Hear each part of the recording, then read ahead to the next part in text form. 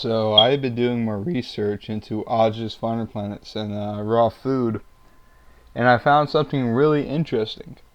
So cooked foods, specifically cooked cholesterol, has moderate negative impacts. I was doing research on some African tribes, and I found some that said they had surprisingly low levels of cholesterol. And if you're in this food space for a while, you're gonna hear these carnivore guys talking about, no, bro, your cholesterol is supposed to be really high, bro. You're gonna hear a lot of that. But I was wondering, why is that? Why do these African guys who eat raw milk and raw blood, these nomads, how come their cholesterol is so low if cholesterol was supposedly so good for you? From these carnivore guys, even from these guys like Face IQ telling you, oh, don't worry about it. And then I thought, well, their body wouldn't need to make as much cholesterol if it was getting sufficient amounts from the food. And I was like, oh yeah, that makes sense. But then I thought, well, then why are these guys on cooked carnivore? Why are they experiencing such high cholesterol? And then it made sense. They're cooking the cholesterol. The cholesterol is being processed. It's being cooked. These nomads in Africa, their cholesterol is so low because the cholesterol is raw, and cholesterol functions as an antioxidant.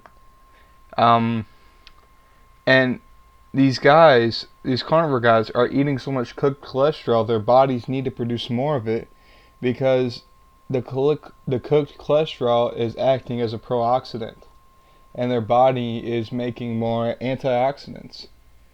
This is why you hear from doctors that these cooked carnivore guys aren't healthy, and they're definitely not. They're experiencing a lot of side effects from this cooked carnivore, from this lifestyle. And I just thought that was really interesting, how cooking can alter the effects of so many things.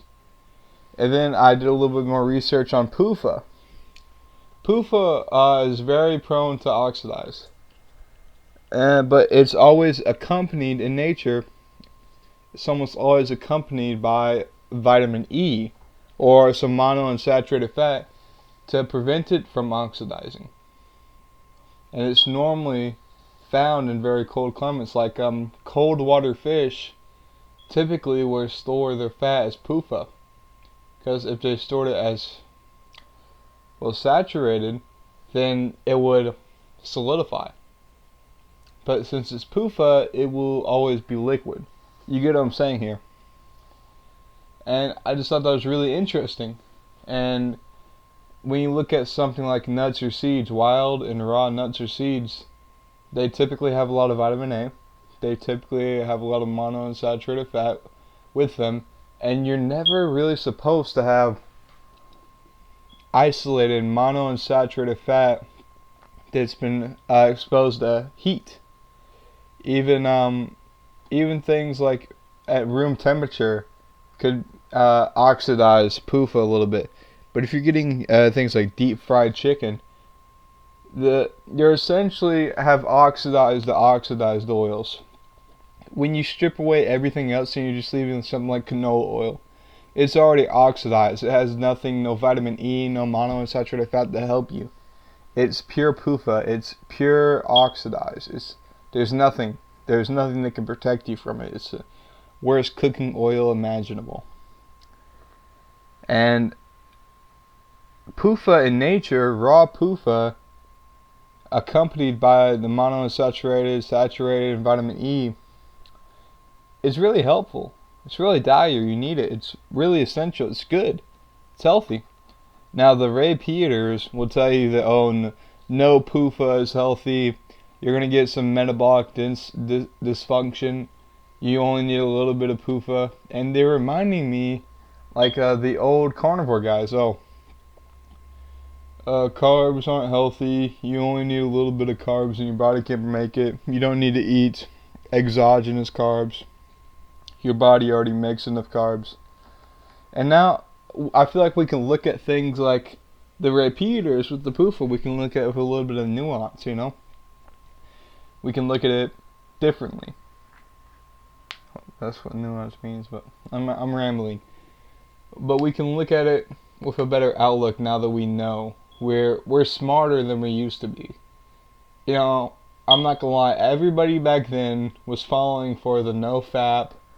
We're falling for the cold showers. We were all falling for the cold showers, don't even lie. We really thought we were gonna be Adonises. We all thought if for a week we woke up at 5 a.m. and did 50 squats and worked out and ate no freaking carbohydrates, that we all thought we were gonna be freaking Adonises. We all thought that. Every single one of us, don't even lie, we all thought that. Yeah, but anyway, it's just really interesting how a lot of things are altered from their raw state when they're cooked. And this is nothing new. You know, I'm preaching to the choir. You know, hopefully my audience, hopefully if I have an audience at all, nobody watches these videos. My last video got 4 views. It's a milestone. Whoever is my 5th subscriber, just check your DMs. No, that was weird. Alright, but anyway, I think I'm going to cut it short. This video is just to hopefully get some of you normies to think about food, diet, and this interesting thing I came upon. And it really shows how cooking cholesterol can cause it to actually act as a pro-oxidant in your body, and your body needs to actually make more cholesterol.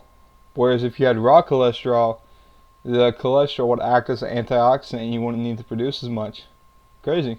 Alright, bye.